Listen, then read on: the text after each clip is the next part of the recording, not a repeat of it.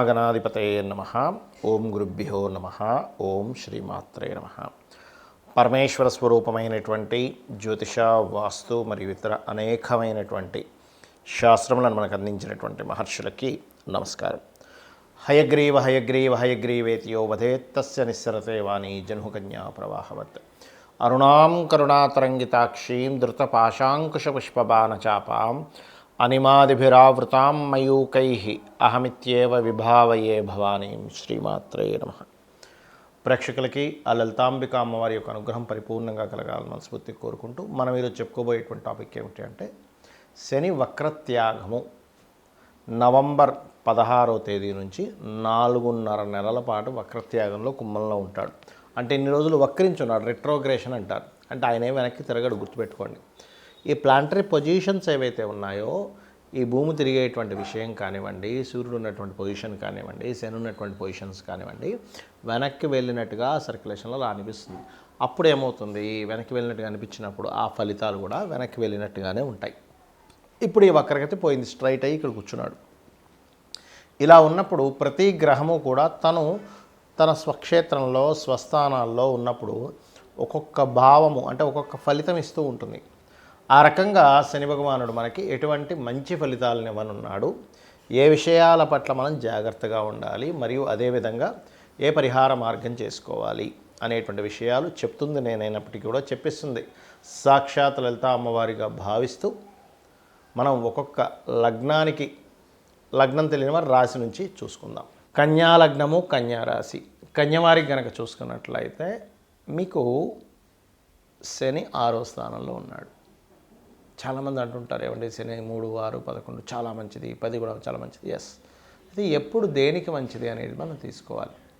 ఇక్కడ ఎవరైనా ఏదైనా ఒక పని చేసేటప్పుడు ఆ పని ఎంతవరకు చేశారో అంతవరకు రిజల్ట్స్ వాళ్ళు ఎక్స్పెక్ట్ చేస్తారు.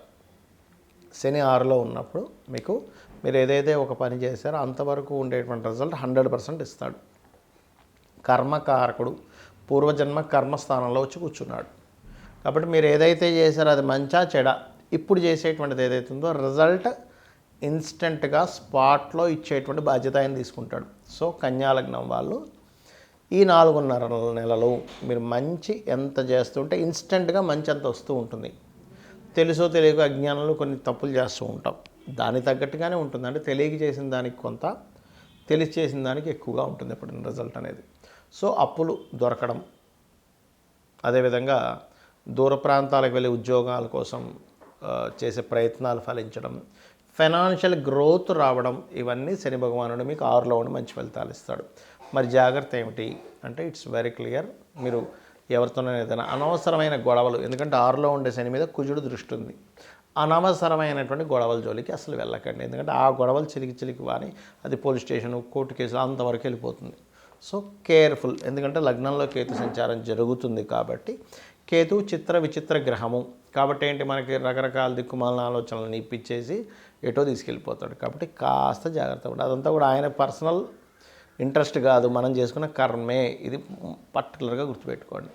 ఆ రకంగా ఇక మీరు చేయవలసిన దేవతారాధన నిత్యము గణపతి స్తోత్రం, గణపతి ధ్యానం. ఎందుకంటే లగ్నంలో కేతు ఉన్నాడు కాబట్టి కుజ, కేతు, శని గ్రహాల దగ్గర దీపారాధన, గోవుకి క్యారెట్స్, గ్రాసము, బెల్లము తినిపించడం, అందులో ముఖ్యంగా దేశీ వాళ్ళు గోవుకు తినిపించండి, మరియు వెంకటేశ్వర స్వామి యొక్క ఆరాధన చేయండి. అనే విధాలు బాగుంటుంది.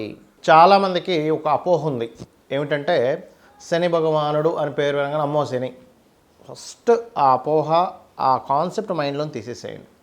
శని అంటే ఎవరో కాదు, నవగ్రహాలంటే ఎవరో కాదు, గుర్తుపెట్టుకోండి. మీ యొక్క ఆలోచన విధానం నుంచి బుధుడు, మీ యొక్క మానసిక స్థితి, పూర్వజన్మల్లో పాస్ట్ లైఫ్లో మానసికంగా ఏం చేశారు, మానసికంగా ఎవరిని ఇబ్బంది పెట్టారు, మానసికంగా ఎవరిని చాలా క్షోభకు గురి చేశారు. Is moon your moon. అంటే మీరు, చిన్న ఎగ్జాంపుల్ చెప్తాను చూడండి. మరి రేపొద్దున మనకి ఎగ్జామ్ ఉందనుకుందాం, ఉదాహరణకి రేపొద్దున ఒక ఎగ్జామ్కి అటెండ్ అవ్వాలి. మనం ఇన్ని రోజులు ఏం చదివామో దాన్ని బట్టి అక్కడ అలా రాయగలుగుతాం, దాని యొక్క రిజల్ట్ అలా వస్తుంది. ఓకే, అలాగే మనం పాస్ట్ లైఫ్లో ఏదైతే చేశామో నవగ్రహాల పరంగా, అంటే ఉదాహరణకి రవి సంబంధం అనుకుంది, ఎవరికైనా మనం చక్కగా మర్యాద ఇచ్చాం, ఈ జన్మలో రవి బాగుంటాడు. మానసికంగా ఇబ్బంది పెట్టాము, చంద్రుడు బాగుంటాడు.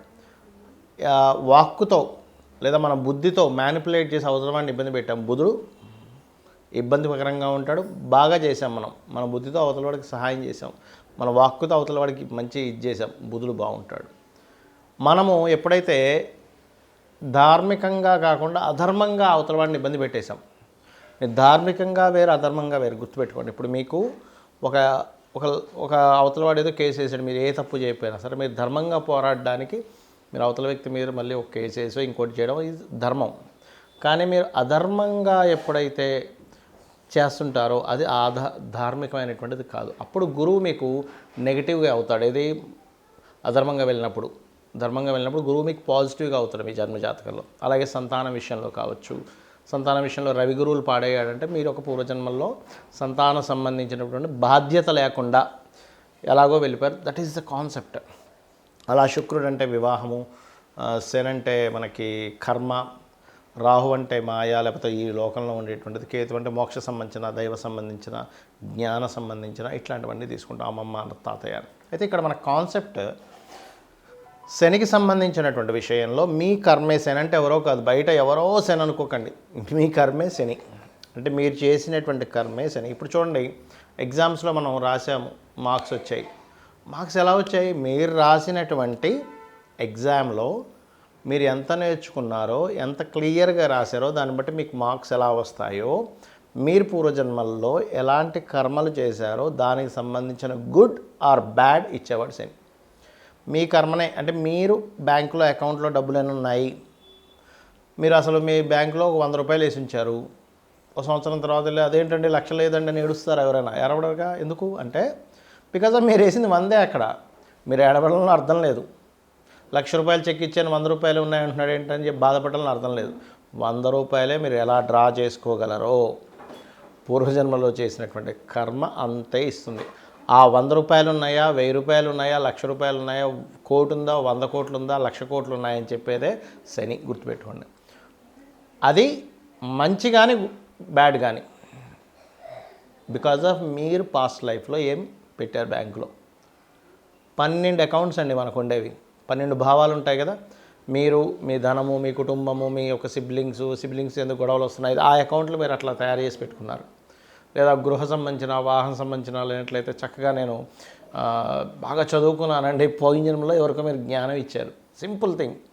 అది శనిస్తాడు మీకు ఆ రూపంలో. కర్మకారకుడు కాబట్టి, వృత్తికారకుడు కాబట్టి, వ్యాపారకారకుడు కాబట్టి, లాభకారకుడు కాబట్టి, ఎంజాయ్మెంట్ కారకుడు కూడా ఆయనే శాస్త్రంలో. అంతేగాని ఎప్పుడు కూడా శాటన్ అనగానే శని భగవానుడు అనగానే గజగజ వణికిపోవడం, భయపడిపోవడం, అమ్మో ఏలినాటి వచ్చిందండి ఇంకేముంది రోడ్డు మీదకి ఇచ్చేస్తాడు, రోడ్డు మీదకి తీసుకొచ్చేస్తాడు, నేల నాకించేస్తాడు, సంఖ నాకిచ్చేస్తాడు. ఇవి కాదు మీరు అర్థం చేసుకోవాలి. శని అనగానే ఎంతసేపు థాట్స్ ఇవే వస్తాయి. ఇది కాదు. మనం పూర్వజన్మల్లో ఏం చేసాం, ఎవరిని ఇబ్బంది పెట్టాం అంటే ఎవరిదైనా దొంగతనంగా దోచుకున్నామా, ఎవరినైనా మనకు మంచి వర్క్ ఇచ్చినా సరే వాడిని మోసం చేసేసి వర్క్ చేస్తున్నట్టుగా నటిస్తున్నామా, అందుకే జాబులు ఉండవు. గుర్తుపెట్టుకోండి. మనం నటించాము, అవతలోడు పని ఇచ్చి నీకు శాలరీ ఇచ్చి బాబు నా కంపెనీ కోసం నువ్వు పని చేయన్నప్పుడు కూడా మనం నటించామంటే అయిపోయింది. ఎవడైనా ఒక మంచి నాణ్యత లేనటువంటి బిజినెస్ చేసి అవతల వాడిని మోసం చేస్తున్నామా, ఇవన్నీ కూడా శని భగవానుడు అకౌంట్లోకి వెళ్ళిపోతూ ఉంటాయి. మీరు మంచి చెడు ఇక్కడ మీరు అర్థం చేసుకోవాల్సింది శనిని చూసి భయపడడం కాదు, కర్మని అర్థం చేసుకోవాలి. కర్మ ఓకే, నేను ఈ కర్మ చేశాను, యాక్సెప్ట్ చేయడం ఫస్ట్ అర్థం చేసుకోండి, యాక్సెప్ట్ చేయడం ఫస్ట్ నేర్చుకోండి. ఎప్పుడైతే మీరు యాక్సెప్ట్ చేస్తారో ఆటోమేటిక్గా మీకు పరిపక్వత వస్తుంది, ఈ కర్మని చాలా హ్యాపీగా అనుభవించగలుగుతారు. ఇది మీరు అర్థం చేసుకోవాలి. అదేవిధంగా ఎప్పుడు కూడా ఏలినాటి శని వచ్చింది, అర్ధాష్టమి శని వచ్చింది, అష్టమి శని వచ్చింది, శని వక్రత్యాగం అయిపోయింది లేదా స్ట్రైట్ అయిపోయాడు, దీన్ని మీరు భయపడడం కాదు. ఫస్ట్ మీరు చేయాల్సింది ఏమిటంటే ఓకే రైట్, నేను ఏ కర్మ చేశాను, నేను ఇప్పుడు ఏం చేయాలి, అమ్మవారిని పట్టుకోవాలి. మీరు అమ్మవారి నామాల్లో ఓం అనాకలిత సాదృశ్య చుబుక శ్రీ విరాజితాయే నమః చేసుకోవచ్చు. లేదా గోశాలకు వెళ్ళి బెల్లము తినిపించడం, గోవులకి నువ్వులు, తెల్ల నువ్వులు, నీలం రంగు వస్త్రము దానంగా ఇవ్వడం, హోమాలకి, యజ్ఞాలకి, ఒక మంచి కార్యక్రమాలకి సేవ చేయడానికి ముసలి వాళ్ళకి కావచ్చు, లేనట్లయితే కొంతమందికి చేతిలో కాళ్ళు తెగిపడిపోతుంటాయి అట్లాంటి వాళ్ళకి కావచ్చు, పేదల వాళ్ళకి కావచ్చు, ఏదైనా మీకు తోచిన సహాయం మనస్ఫూర్తిగా చేయాలి, హార్ట్ఫుల్గా చేయడం గుర్తుపెట్టుకోండి. ఏదైనా మీరు దానం ఇస్తున్నా, సహాయం చేస్తున్నా హార్ట్ఫుల్గా చేయండి. మొక్కుబడిగా చేస్తే మీకు ఫలితం రాదు అంటారు. హార్ట్ఫుల్గా చేస్తేనే ఫలితం వస్తుంది. అదేవిధంగా ఓకే నాకు శని వచ్చాడు అంటే నేను దీన్ని హార్ట్ఫుల్గా ఈ పని చేయాలి అనేటువంటి చేయండి. ఖచ్చితంగా మీకు మంచి ఫలితాలు వస్తాయి. మరి ఈ మనకి ఏంటంటే కొన్ని మాసాలు ఉంటాయి. కార్తీక మాసం, కొన్ని ప్రత్యేకమైనటువంటి మాసాల్లో కూడా వెళ్ళి అక్కడ దీపారాధనలు చేయడము, ఇట్లాంటివన్నీ చేయండి. ఖచ్చితంగా మీకు బాగుంటుంది. బాగుండాలని మనస్ఫూర్తిగా కోరుకుంటూ శ్రీమాత్రే నమః.